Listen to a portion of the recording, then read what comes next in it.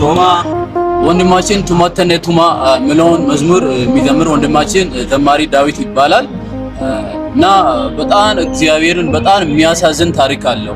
ከሱ ታሪክ ላካፈላችሁ።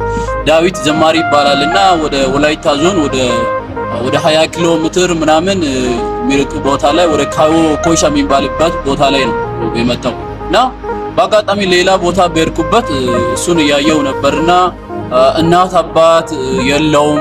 እናቲዋ አባቲዋ እሱን ከወለደ በኋላ ሞቷል ወይ ማርፏል። እናቲዋ ደግሞ እሱን ከወለደች በኋላ ሌላ ባል አገባች። ከዛ በኋላ ምን አደረጉ?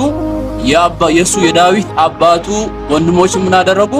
ዳዊትን ከኛ ሰፈር ጥፋ አናቀም ብሎ ዳዊትን ምን አደረጉ? አባረሩትና የተገኘውን እናት አባት ወንድም እህት የለው እና የተገኘው አንድ የሱ ከሌላ አሁን እናቲዋ በሄደችበት የተወለደ አንድ ዲያቆን ነበርና አስራት የሚባለው እሱ ይመግባል። አንዳንዴ እሱን ያያል እንጂ ቤተክርስቲያን ላይ የተገኘውን ይበላል።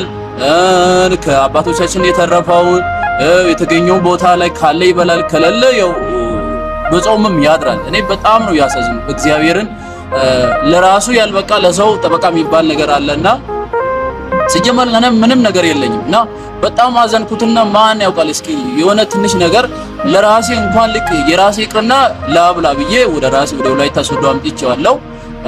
ከዚህ በኋላ ወደ ላይብም እንገባለን። እግዚአብሔርን ዛሬ አሁን እግዚአብሔርን አልዋሻችሁም፣ ምሳኔ ያልበላው እሱን ነው ያበላሁት እና ምንም ሲጀመር ለኔ ምንም የለም እና ፕሮፋይል ላይ ስልኩን አስቀምጣለሁ። ሰፖርት የምታደርጉት የምትጠይቁት ባካችሁ ስልኩ ላይ ደውላችሁ ሰፖርት የምታደርጉ በእግዚአብሔር ስም በድንግል ማርያም ስም ማጸናለን እንጠይቃለንና አደራ እላችኋለሁ።